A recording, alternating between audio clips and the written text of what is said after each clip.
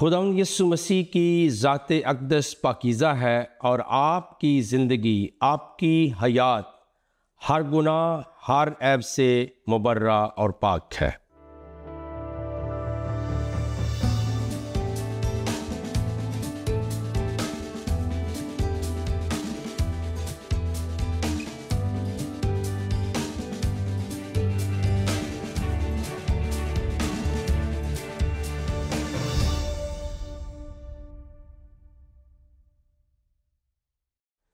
Programme दोस्ती का हाथ भाई सदीक के साथ मैं हूं आपका मेज़बान पास्टर सदीक पॉल। आप सबों की खिदमत में शलोम, सलाम और अस्सलामु अलैकुम। नाजरीन, बहनों, भाइयों, दोस्तों, अजीज़ों, अपने आज के प्रोग्राम का आगाज़ हम इस दुआ खैर के साथ करते हैं कि आप जहां कहीं पर भी हों सलामती के साथ हों और खुदा ताला की ज़ात क़ुद्दूस आपको और आपके घराने को हमेशा सलामत रखे। आमीन। बहुत ही प्यारे नाजरीन और प्यारे दोस्तों, अजीज़ों, आज आपकी खिदमत में हम जो टॉपिक लेकर हाज़िर हो रहे हैं वो बहुत अहम तरीन है और इस मौजू का नाम है हयात मोहम्मद, यानी लाइफ ऑफ मोहम्मद, पैगंबर इस्लाम की ज़िंदगी। और आज से पहले हमने जितने प्रोग्राम्स भी किए हैं वो अपने शान ख़ुद अंदर रखते हैं और ख़ुद अपना मकाम रखते हैं, लेकिन चूँकि ये मौजू आपको और मुझे हम सब को पता है कि पैगंबर इस्लाम जनाब मोहम्मद का जो ज़िक्र है, जो उनकी शख्सियत है, वो मुसलमानों के लिए इंतहाई सेंसिटिव शख्सियत के तौर पर और इंतहाई मोतबर और इम्पोर्टेंट शख्सियत के तौर पर लिया जाता है। गुजारिश ये है कि जनाब खुदावंद यीशु मसीह जब इस दुनिया के अंदर आए, आपकी ज़ात के ऊपर बहुत सारी किताबें लिखी गईं, बहुत सारे क्रिटिक ने भी अपना तनकीदी मवाद शाया किया, लिखा, लेकिन याद रखिए मसीही दुनिया के अंदर ऐसा कोई हमारे पास हथियार नहीं है कि हम जो मसीह के मुखालिफ लिखते हैं उनको मार दें, उनको जेलों में बंद कर दें या फिर उन्हें गिराव और जलाव करके उनकी ज़ात को और उनके घरानों को हम निशान इबरत बना दें। वेरएज़ जब हम जनाब मोहम्मद पैगंबर इस्लाम के बारे में बात करते हैं और अगर कोई बात ऐसी हो जाए जो कि मुसलमान बहन भाइयों को पसंद नहीं है तो बहुत बड़ा इशू खड़ा हो जाता है। इसलिए हयात मोहम्मद के ऊपर गुफ्तगू करने के लिए, इस टॉपिक को शेयर करने के लिए मैंने अपनी ज़ाती आरा को जो है मोतबर नहीं समझा, बल्कि मैं ये किताब लेकर आपकी खिदमत में हाज़िर हुआ हूँ और इसका नाम है हयात मोहम्मद। और ये बहुत ही ज़ख़ीम किताब है और इसके लिखने वाले जो मुसन्निफ़ हैं उनका बहुत बड़ा नाम है और उन्होंने ये किताब बड़ी अरकरेज़ी के बाद और बड़े तहकीक के बाद लिखी है और उनका नाम है जी मोहम्मद हुसैन हैकल। और ये 2 क्लब रोड लाहौर अदारा सकाफ़त इस्लामिया से ये छपी हुई है और हयात मोहम्मद इसका नाम है। क्योंकि ये एक सेंसिटिव मौजू है, इसलिए मैंने बहुत ज़रूरी समझा कि मैं तमाम तर बातें जो करना चाहता हूँ वो किताब के अंदर लिखी हुई बातों को पेश करूँ, अपनी तरफ से मैं कोई बात ना अर्ज़ करूँ, क्योंकि जनाब पैगंबर इस्लाम के ऊपर गुफ्तगू करना बहुत ही सेंसिटिव है मुसलमान बहन भाइयों के रवैयों के लिहाज से। हालांकि कुरान तो ख़ुद कहता है कि कह दे ए पैगंबर मैं तुम्हारे जैसा इंसान हूँ, और कई एक मकामात के ऊपर और किताबों के अंदर आपका मकाम एक बशर के तौर पर भी है, लेकिन चूँकि बात कही नहीं जा सकती, अगर कह दी जाए तो फिर मामला लड़ाई झगड़े तक नहीं रहता बल्कि फतवाबाजी और कत्ल व गारत तक ये बातें पहुँच जाती हैं। तो हम बिल्कुल मोहतात रहेंगे और इस किताब के हवाले से ही हम जितनी गुफ्तगू होगी वो करेंगे। और नाज़रीन, फ़ैसला हम आप पर छोड़ देंगे कि ये जो किताब है ये क्यों लिखी गई और इसके अगराज़ो मकासद क्या थे, और फिर याद रखिए इसकी अहमियत क्या है। और जनाब पैगंबर इस्लाम की ज़िंदगी के ऊपर बात करने के बाद आप जान सकेंगे कि आपकी लाइफ कैसी है, आपकी ज़ात कैसी है। आल्दो खुदावंद यीशु मसीह जीसस क्राइस्ट के ऊपर आप जो गुफ्तगू सुनते हैं, आप किताबें पढ़ते हैं और बहुत कुछ लिखा गया और कहा गया, मैं थोड़ा सा इसका इब्तदाइया आपकी नज़र कर देता हूँ। यहाँ लिखा है कि हज़रत मोहम्मद अलैहिस्सलाम, मैं एग्जैक्टली लफ्ज़ कोट कर रहा हूँ, ये है वो मुबारक नाम जो हर रोज़ करोड़ों लबों पर आता और करोड़ों दिलों को सुरूर व ताजगी से माला माल करता है। हमारे ये लब और हमारे ये दिल इसी नाम से 1350 बरस से लुत्फ़अंदोज़ हो रहे हैं। यही नहीं, लबों और दिलों की ये बहरामंदी क़यामत तक जारी रहने वाली है। तो ये उन्होंने कुछ अपने जो है वो हाल लिखा है, अपनी अकीदत का इजहार किया है। लेकिन हम डायरेक्टली जा रहे हैं हयात मोहम्मद के ऊपर, लाइफ ऑफ मोहम्मद, यानी पैगम्बर इस्लाम की ज़िंदगी के ऊपर। तो यहाँ से कुछ बयान हम करेंगे कि इस्लाम और मसीहत में कशमकश का भी एक चैप्टर इसके अंदर मौजूद है, तारीख़ी हवाला से मौजूद है। तो ये लिखते हैं कि देखते ही देखते इस्लाम को मसीहत के मुकाबले में क़ुव्वत हासिल हो गई, जिसे दीन मसीह के पैरों बर्दाश्त न कर सके और दोनों फ़रीक़ों में नाकाबिले तग़य्युर कशमकश पैदा हो गई। वो कहते हैं कि जब पैगम्बर इस्लाम आए और आपने इस्लाम का ऐलान किया तो मसीहत चूँकि अरबस्तान के अंदर मौजूद थी, लिहाजा इन दोनों के दरमियान में कशमकश का आगाज़ हो गया और काफ़ी जो है वो प्रॉब्लम होना शुरू हो गए। लेकिन ये हम देखते हैं कि इसके अंदर ना सिर्फ ये लिखा है बल्कि ये भी लिखा है कि क्या मसीहत के लिए भी वही मुकद्दर था जो इस्लाम के मुकाबले में बुत परस्तों को पेश आया। यानी जब पैगम्बर इस्लाम वहाँ आँख खोलते हैं तो मक्का के अंदर, अरब के अंदर बुत परस्ती का माहौल था। और फिर खाना काबा जो है, जो आज भी स्क्वायर शक्ल का एक घर आप देखते हैं टीवी के ऊपर, फ़ोटो के अंदर, तो वहाँ के अंदर बुतों की तादाद 360 से भी तजावज़ थी और कई एक और बुतखाने भी वहाँ पर मौजूद थे। तो कहते हैं कि उनके साथ मुकाबला होना शुरू हो गया। लेकिन याद रखिए, वो कहते हैं कि बिलाशुबा आसमानी किताब रखने के बावजूद, जिसे बानी इस्लाम जनाब पैगम्बर इस्लाम भी इलाही मज़हब तस्लीम करते थे, कहते हैं कि मसीहों का वही हशर हुआ जो अरब के बुत परस्तों का हुआ था। तो ये वो क्लाइमेट दे रहे हैं कि वहाँ जी काफ़ी जो है वो प्रॉब्लम होना शुरू हो गया था और फिर वहाँ पर जो है काफ़ी आपस में चपकलश भी होना शुरू हो गई। फिर वो फरमाते हैं कि इस्लाम में हज़रत मसीह की मंज़िलत, यानी इस्लाम में जो है वो जनाब खुदा यीशु मसीह का मकाम क्या है। तो कहते हैं कि इस्लाम ने मुसलमानों में हज़रत मसीह की मंज़िलत कायम रखने में कोई कमी रवाना रखी। उसने आपके लिए अलान फरमा दिया कि हज़रत मसीह अल्लाह का बंदा है, किताब उस पर नाज़िल हुई, उसे नबूवत का खिलत पहनाया गया, वो हर महलो मकाम में बाबरकत है। खुदावंद दो जहां ने उसे ताबे ज़िंदगी जो है वो हदायत फरमाई और अपनी वालदा के हक़ में सरता पा नेकी थे। गर्ज़ बहुत सारी बातें इन्होंने बयान की हैं कि इस तरह से जो है वो जनाब मसीह के मकाम को भी इब्तिदा में माना गया इस्लामी अंदाज के अंदर। फिर वो ये कहते हैं कि कुफ़ार मक्का जो कुफ्र व इनकार में मजूस ईरान के मुमासिल थे, रोमियों के अहले किताब होने और इन्हें मुसलमानों की तरह आसमानी मज़हब के परस्तार होने की वजह से बरमला उनकी मुखालफत करते थे। ठीक है जी, कुफ़ार मक्का जो थे तो वो कहते भी वो मुसलमानों की मुखालफत करते थे, मसीहों की मुखालफत करते थे। बाहर का व्यू है, ये मामलात होते रहे।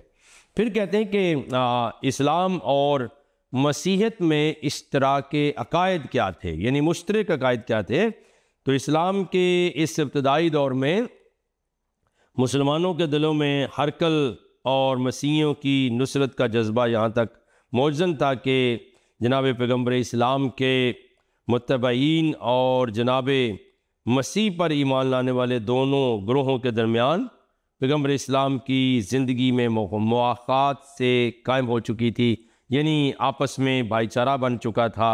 अगरचे कभी कभी जदलो बहस की मारकाराइयाँ भी होती थीं। तो ये क्लाइमेट है जनाब पैगम्बर इस्लाम की लाइफ के अंदर के वहाँ पर उनके दरमियान में मुशरिक चीज़ें भी थी, लेकिन बहस और जंगो जदल का मार्का भी होता था। और इसी तरह फिर वो यहूद के बारे में कहते हैं कि उनका मामला फ़र्क था, वो बहुत जो है ना वो सख्त मुसलमानों के लिए। लेकिन उन्होंने एक आयत भी कोट की है कि ए पैगंबर तुम ईमान लाने वालों की अदावत में सबसे ज़्यादा सख्त यहूदियों और अरब के मुशरिकों को पाओगे, और ईमान लाने वालों की दोस्ती में सबसे ज़्यादा करीब उनको पाओगे जो ख़ुद को निसारा यानी मसीही कहलाते हैं। इसी को उनमें पादरी और रहबान है यानी आलम और तारिक दुनिया फ़कीर दोनों तबके मौजूद हैं जो ज़ुहद व इबादत में मशगूल रहते हैं, उनमें घमंड और गुरूर भी नहीं है। तो ये थोड़ा सा उन्होंने क्लाइमेट बयान किया है कि ये पैगंबर इस्लाम की ज़िंदगी और वहाँ के मक्का के माहौल अरब के अंदर क्या था।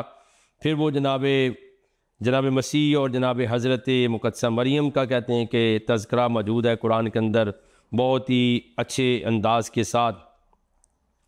और फिर ये भी कहते हैं कि उनके दरमियान में अल्टीमेटली इख्तलाफात भी मौजूद थे, लेकिन कुछ उनके दरमियान जो है वो मुश्तरक चीज़ें भी थीं। कहते हैं मुमकिन है कि मसीहत का कदीम बुत परस्ताना मज़ाहब से तरीक़ी तल्लक हो, मगर पैगंबर इस्लाम के मसलक में उनकी वक़्त पर जो है वो बराबर भी नहीं। आपके अक़ीदे में खुदाई यगाना और वादा ला शरीक है, तो इस तरह की बातें करते हुए नज़र आते हैं। लेकिन फिर हम आपको लिए चलते हैं कि जो मामला थे वहाँ पर मसीहियों के यहाँ और मुसलमानों के यहाँ, उनके अंदर कहते हैं कि मसीही मुसन्निफ़ीन जो राइटर थे उनकी नज़र में जनाब पैगंबर इस्लाम का क्या मकाम था। तो वो कहते हैं कि वो बहुत सारे लोग उनमें मुखालिफ थे, और वो ये भी कहते हैं कि वो मोहम्मद को और पैगंबर इस्लाम को बदअतवार, जादूगर, लटेरा, रियाकार, कार्दिनाल था जो इन तरीक़ों से पॉप का मकाम हासिल करना चाहता था। तो कहते हैं कार्डिनल साहब ने ये सारी चीज़ें जो हैं की, और ये पेज नंबर 15 से मैं आपको पढ़ के बता रहा हूँ। और फिर इसी तरह ये कहते हैं कि कुछ लोग उनके मुखालिफ लिखते थे, उनको बहुत ज़्यादा जो है वो जो है प्रॉब्लम के तौर पर बयान किया गया कि उनका अंदाज़ ये था जनाब मोहम्मद का। अब हम आते हैं कि ये मैं नहीं कह रहा बल्कि पेज नंबर इसका 23 है, और कहते हैं कि किताब हयात मोहम्मद की ज़रूरत क्या थी।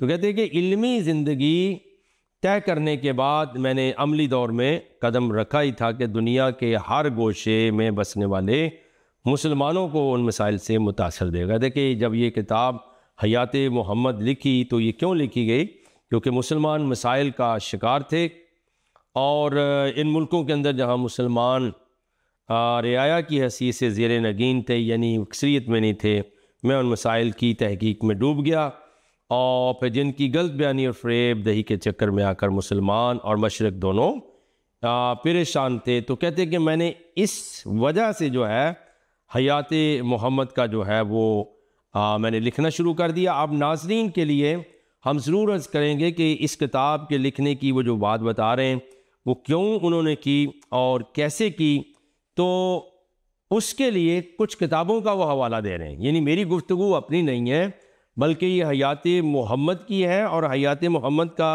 मुसन्नफ़ ये कहता है कि उनके लिए मैंने और किताबें भी पढ़ी हैं। तो गोया ना ये मेरी स्टेटमेंट है, ये है हयात मोहम्मद हसन हैकल की। फिर और किताबें जो उसने इस्लामी किताबों से रेफरेंस लिए या मुआद लिए उनका वो हवाला दे रहा है। वो कहते हैं कि तरीक़ेकार क्या था। कहते हैं कि मैं पैगंबर इस्लाम की सीरत के मतलब तमाम असफ़ार कुतुब का मताला करने के बाद मंदरजा झैल किताबें मुकर्रर हरफन पढ़ी, यानी बार बार उनको पढ़ा।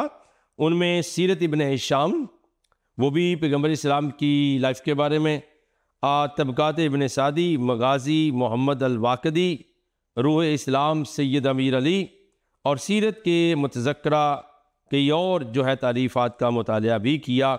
और मैंने इसके ऊपर जो है बार बार इसको पढ़ा कि कैसे होना चाहिए। फिर कुरान मजीद में वो कहते हैं कि पैगंबर इस्लाम का जो नक्शा है उसके मतलब कुरान ने क्या बयान किया है, जिसमें नबी अरबी की ज़िंदगी के तमाम वाक़यात पर ऐसे अशारे मौजूद हैं जिनकी रोशनी में आपके सवानों क़वाइफ़ को यानी हयात मोहम्मद को लिखने का मुझे जो है वो उसका मेरी मदद उनसे मिल गई। ठीक है जी। फिर वो कहते हैं कि कई मैंने अपने जो लोगों से जो और चीज़ों से इस्तिफ़ादा किया, फ़ायदा लिया, उनमें फ़जरुल इस्लाम उस्ताद अहमद की, क़ससुल अंबिया उस्ताद अब्दुल वहाब अन-नज्जार की, अल अदब अल जाहली डॉक्टर ताहा यासीन की, अल यहूद फिल बिलाद अल अरब इसराइल। तो इस तरह की किताबें कहता है मैंने पढ़ना शुरू कर दी ताकि मैं हयात मोहम्मद को लिख सकूं। ठीक है जी, ये खैर मैंने थोड़ा सा दबाचा पेश कर दिया कि क्यों ज़रूरत पड़ी इस मुसन्नफ़ को हयात मोहम्मद लिखने के लिए। अब हम थोड़ा सा और जब आगे बढ़ेंगे तो आपको पता चलेगा कि वाक़तन जो मुसन्नफ़ का नुक्ता नज़र है वो किस हद तक जो है वो ठीक है और किस हद तक जो है वो ठीक नहीं है, क्योंकि ये फ़ैसला जो है मैं आप पर ठोंस नहीं सकता बल्कि आपने खुद करना होता है।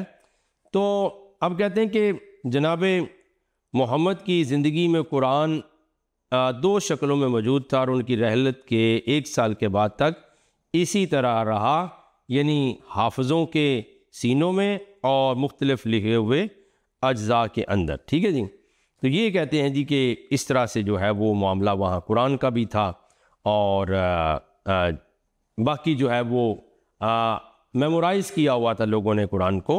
तो ये सारी बातें वो ख़ुद बयान करना शुरू कर रहे हैं। ठीक है जी, फिर वो कहते हैं कि कुछ ऐसा एक ग़ज़वा यमामा का नाम ले रहे हैं, वो पेज नंबर 38 के ऊपर कहते हैं कि यहाँ पर जो हज़रत अबू बकर की खिलाफत का आगाज़ ही में हुआ था और फिर दूसरे मुसलमानों के बेशुमार जो हफाज थे कुरान के वो शहीद हो गए। देखकर उमर ने अबू बकर से कहा, मुबादा बकिया हफाज कुरान की किसी ऐसे हादसे से शहीद हो जाएं, ज़रूरी है कि आप कुरान को यकजा करा दें, तो एक जगह पे जमा हो जाना चाहिए। अबू बकर ने इस राय से इत्तफ़ाक़ करते हुए जो अफराद जनाब पैगम्बर इस्लाम की हिदायत के मुताबिक किताबत वही पर मबूर थे, जो लिखा करते थे, यकजा किए और ज़ैद बिन साबित से ख़िताब करते हुए फरमाया कि आप मर्द अकल यानी अकल वाले नौजवान हैं, हमें से हर एक को आप पर इत्मीद है। आप पैगम्बर इस्लाम की ज़िंदगी में पैगम्बर इस्लाम की हिदायत के मुताबिक वही इलाही की किताबत करते रहें। बराए करम पूरे कुरान का जो है जमा करके एक जगह पर रख दिया जाए। मगर ज़ैद घबरा जाते हैं, उन्हें ख्याल गुजरा कि ये काम मुझे करना चाहिए और क्या ये शरअ के मुताबिक है, क्योंकि पैगम्बर इस्लाम ने इस तरीके से तो इसे कराया नहीं। तो अब ये बहुत सारी बातें वाज़े हो रही हैं कि ये क्या है लाइफ ऑफ मोहम्मद के ऊपर। तो बाहर क्या वो बयान करते हैं कि जनाब ज़ैद ने ये जो है वो ज़िम्मेदारी ली और फिर इसके ऊपर आयात को जमा करना, फिर नास्ख़ व मनसूख का मसला और काफ़ी कुछ जो है वो कहते हैं कि इनको इस सिलसिले में काफ़ी मेहनत करवानी पड़ी। और फिर वो कहते हैं कि जब वो सब कुछ हुआ तो उसके साथ ही उस्मान ने उन तमाम नुस्ख़ों को भी जलवा दिया जो हज़रत हफ्सा के नुस्ख़ा से मुख्तलिफ थे, ताकि तारज़ का ख़दशा ना रहे, यानी इतराज़ पैदा ना हो। तो इसलिए उन्होंने सब कुछ जो है वो जलवा दिया और आग की नज़र हो गया। तो यूँ ये बयान करते हुए फिर इस बहस को वो आगे लेकर चलते हैं कि अल्टीमेटली इस्लाम के इब्तदाई माखज़ों के अंदर जो है वो कौन कौन सी चीज़ें शामिल थीं और किस तरह से जो है वो पैगम्बर इस्लाम की ज़िंदगी को हम देख सकते हैं। अब मैं थोड़ा सा आपको और आगे लेकर चलता हूँ। वो कहते हैं कि कुतुब सीरत यानी जितनी भी पैगम्बर इस्लाम की ज़िंदगी पर किताबें लिखी गईं, पहली किताब पैगम्बर इस्लाम की वफ़ात से 1 सदी या कुछ और ज़्यादा यानी 100 ईयर्स के बाद जो है जमा की गई, जिसके मुदव्वन करने से कबल मुसलमान बादशाहों में बाहमी सियासी कशमश का आगाज़ हो चुका था। रवायत व हदीस का दामन इस सियासत के असरात से महफूज ना था, यानी जितनी भी रवायत थी हदीसें थीं वो भी ठीक नहीं थी। ठीक है जी, तो ये कहते हैं कि काफ़ी जो है वो प्रॉब्लम हुआ। फिर वो कहते हैं कि इमाम बुखारी को दुनिया इस्लाम के गोशा गोशा में हसूल रवायत के लिए सफ़र करना पड़ा। अब सवाल ये पैदा, तो उस वक्त हवाई जहाज़ तो थे नहीं, एरोप्लेन नहीं थे, तेज़ तरीन गाड़ियाँ नहीं थीं, तो कितना सफ़र किया होगा, कितनी उनकी ज़िंदगी होगी। इमाम ने उस मेहनत के बावजूद अपनी किताब के लिए 6 लाख हदीस जमा की, जिनमें से खुद 6 लाख हदीसें हैं जी बुखारी की। लेकिन जिनमें जो है वो ख़ुद बुखारी के नज़दीक भी इनमें से सिर्फ 4000 अहादीस सही थी। जिन 4 लाख में से बुखारी ने अपनी किताब सही में 2000 हदीसें, यानी 6 लाख, ठीक है जी, और फिर 4000 में भी फिर 2000 हदीसें दर्ज फरमाई, जिसकी ये मानी हो कि बुखारी के नज़दीक 150 रवायत में सिर्फ एक रवायत काबिल कबूल करार पाई। तो इस तरह से फिर वो इमाम अबू दाऊद की बात बताते हैं कि उन्होंने 5 लाख हदीस में से सिर्फ जो है 4800 यानी 4800 हदीस को जो है जमा किया। तो यूँ जो वो बयान कर रहे हैं कि ये इस्लाम का इब्तदाइया है और ये मामला जो है वो किस तरह से प्रॉब्लम का शिकार थे, और वहाँ पर जो है लड़ाई और बहस, और फिर उनकी आपस में जो है वो काफ़ी तफरकाबाजी हो गई थी मुसलमानों की और खुलफा की, और वहाँ पे बहस भी हुई, और फिर जो है वो काफ़ी प्रॉब्लम है। फिर वो कहते हैं कि मौजूदा दौर के मुसलमान जिन्होंने मोजज़ात का वकूअ अपनी आँखों से नहीं देखा और ईमान पर साबित कदम है, उनकी मिसाल उन मोमिनीन अव्वलीन की है जो नबी अरबी की ज़िंदगी में आप पर ईमान लाए और जिनके कबूल इस्लाम की हकायत में उनके मोजज़ात देखकर ईमान लाना तरीक़ में मज़कूर नहीं, बल्कि 2 मुहर्रकात थे। एक तो वो कि पैगम्बर इस्लाम को वही मिलती है, और दूसरा ये कि आपकी जो ज़िंदगी है, आपकी जो लाइफ है, उसकी वजह से भी लोग जो है वो जनाब ईमान लाना शुरू हुए। ये उनका कहना है जनाब मोहम्मद हुसैन हैकल का हयात मोहम्मद के अंदर, ठीक है जी। अब हम एक और बात को देखते हैं। वो कहते हैं कि यहूद व नसारा और अजमी लोगों में जो लोग बज़ाहिर मुसलमान हो चुके थे, उन्होंने कसर इस्लाम में अजीब जावियों से रखना अंदाज़ी शुरू कर दी। ये ताइफ़े नए असूल वज़ा करते और पैगम्बर इस्लाम से मंसूब करके हदीसें बना लेते थे और बाज़ बातों की निस्बत खुलफा राशिदीन से करते, मगर हकीकत में न हदीस व अक़वाल को पैगम्बर इस्लाम और खुलफा राशिदीन से कोई निस्बत ना होती। तो इस दौर की बेशतर हदीस ज़ाती रुझानात का नतीजा है, इसलिए उनके कबूल में उजलत से काम ना लिया जाए। इस बारे में सबसे मुकद्दम असूल ये है कि जो हदीस, अब सुन लीजिए, जो हदीस कुरान मजीद से मुतफ़िक ना हो वो पैगम्बर इस्लाम से मंसूब होने के बावजूद इसे रद्द कर दिया जाए, ये वो कह रहे हैं जी, ठीक है जी। अब हम चलते हैं इसके सही आगाज़ की तरफ। ये थोड़ी सी तारीफ़ थी कि वो कहते हैं कि मुल्क अरब में क़ब्ल अज़ इस्लाम, यानी जो मुल्क अरब है वो क़ब्ल अज़ इस्लाम कैसा, इस्लाम से पहले कैसा था। तो वो ये कहते हैं जी कि वहाँ उनकी तहज़ीब थी, फिर इराक़ और शाम के अशार की तलाश में मसरूफ़ थे असार कदीमा, और मिस्र की तहज़ीब पर इस्लामी तमद्दन का असर। और ये वो कहते हैं जी फिर वाक़या क्या होता है।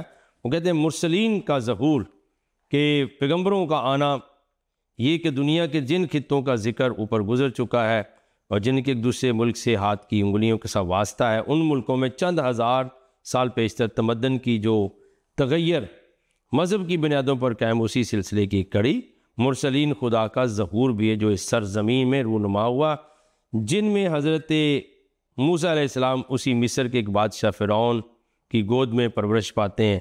और यूँ फिर वो जनाब हज़रत मसीह का ज़िक्र करते हैं कि उनके बाद हज़रत मसीह आ गए, फिर मसीहत और दीन ज़रतश का मुकाबला जो है वो बयान करते हैं। और इसी तरह वो कहते हैं कि जो मसीही लोग थे वो चूँकि वहाँ आबाद थे और उनका असर व नफूज़ भी बहुत ज़्यादा था, और वहाँ के बादशाह जो मसीही बादशाह थे उनकी ताकत का भी वो बयान करते हैं कि ये सब कुछ जो है वो इब्तिदाए इस्लाम में, यानी इस्लाम से कबल जो है अरबों के अंदर जो है ये प्रॉब्लम थे। वो कहते हैं कि अरब जो थे मज़हबन बुत परस्त भी थे, और फिर यहाँ पर उसी ज़माना में कहते हैं कि बाहर से यहूदी हिजरत करके यमन में आबाद हो गए, और फिर ये कहते हैं कि उन्होंने आकर वहाँ पर जो है वो दीने मूसवी को या तुरैत की बातों को आम किया और लोगों के अंदर वो हुआ, लेकिन बुत परस्ती का दौरा भी साथ साथ चलता रहा, ठीक है जी। अब वो बयान करते हैं कि अल्टीमेटली जब ये सब कुछ था तो कहते हैं कि अरब के लोग चूँकि बहुत जंगजू थे और सारा कुछ मर्दाना जो वजूहात हैं और ख़साइस हैं वो भी उनके अंदर मौजूद थे। तो कहते हैं कि फिर जो अरब के लोग थे जो मुल्क भर में गिनती के चंद शहरों में बुदोबाश किए हुए थे, तो इन शहरों में बरून अरब से जो ताजर आते थे सफ़र की जो थकान है उसको दूर करने के लिए उतर पड़ते रहे उनके इबादत खानों में, देवताओं से बियाबान के ख़तरात और अपनी हिफाजत के लिए दुआ करते। और ये शहर कौन से थे? मसलन मक्का, ताइफ और यसरब वगैरह में, जो किसी ज़माना में पहाड़ों के मुक्सर दर्रों या सहरा के दामन की किसी भी बड़े नखलस्तान के सहारे आबाद हो गए थे, तो वहाँ पर आते थे। अब वो कहते हैं कि मसीहत जो है और अरबस्तान, कहते हैं कि और ख़ुसूसन कबाइल अरब के अंदर मसीही असर नफूज़ के बारे में मसीही मुबल्लिगीन जिस तरह आज दुनिया के चप्पा चप्पा में अपने दीन की तबलीग के लिए सरगर्दा हैं, उसी तरह कदीम ज़माना में वो मसीहत की तरवीज के लिए हर जगह पहुँच जाते। फिर सहराई ज़िंदगी में पर मज़हब के असर व नफूज़ की ये भी वजह है कि खुली फ़ज़ा में रहने वाले को कुदरत के मुंतहाई फ्यूज़ के अदराक का आसानी से मौका मिल सकता था। तो कहते हैं कि ये जो है वो था। और मसीह जो अपने ज़हूर ही से तबलीग में मसरूफ़ थी, ठीक है जी, उसने अरबस्तान में भी अपने प्रचार की बिना डाली। मसीही मुबल्लिगों ने अरब में तबलीग की मुहिम जारी करने में किसी कोताही से काम नहीं लिया, लेकिन पूरे अरब में बशमूल यमन इसे बराए नाम कामयाबी हासिल हुई। लेकिन वो कहते हैं कि बिलखसूस मसीहों ने तबलीग में और मजहबी रुझानात फैलाने में बड़ी ज़बरदस्त जो है वो काम किया, और फिर वहाँ पर अपने दीन की तबलीग को उन्होंने अरबस्तान में आम कर दिया। और यूँ एक किताब भी पादरी सुल्तान मोहम्मद पॉल साहब ने लिखी, अरबस्तान में मसीहत, वो भी आप पढ़ सकते हैं। हम अपना सिलसिला गुफ्तगू जारी रखेंगे, लेकिन यहाँ पर दुआ करते हैं। आसमानी रूहानी बाप यीशु मसीह के नाम से हम आपकी शुक्रगुज़ारी करते हैं। कायनात के खुदा हमें बरकत दीजिए, और खुदावंद जो कुछ दुनिया ने जनाब पैगम्बर इस्लाम के बारे में सुना और जो इसकी किताब बताती है उसे गौर से समझने और सोचने की तौफीक अता फरमा, यीशु मसीह के नाम से मांगते हैं, आमीन सुम्मा आमीन। प्यारे अज़ीज़ बहनों भाइयों दोस्तों अज़ीज़ों, आप देख रहे थे प्रोग्राम दोस्ती का हाथ भाई सदीक के साथ। आप हमारे साथ शामिल हार रहे। अगले हफ्ते फिर मिलते हैं। Thank you so much and God bless you.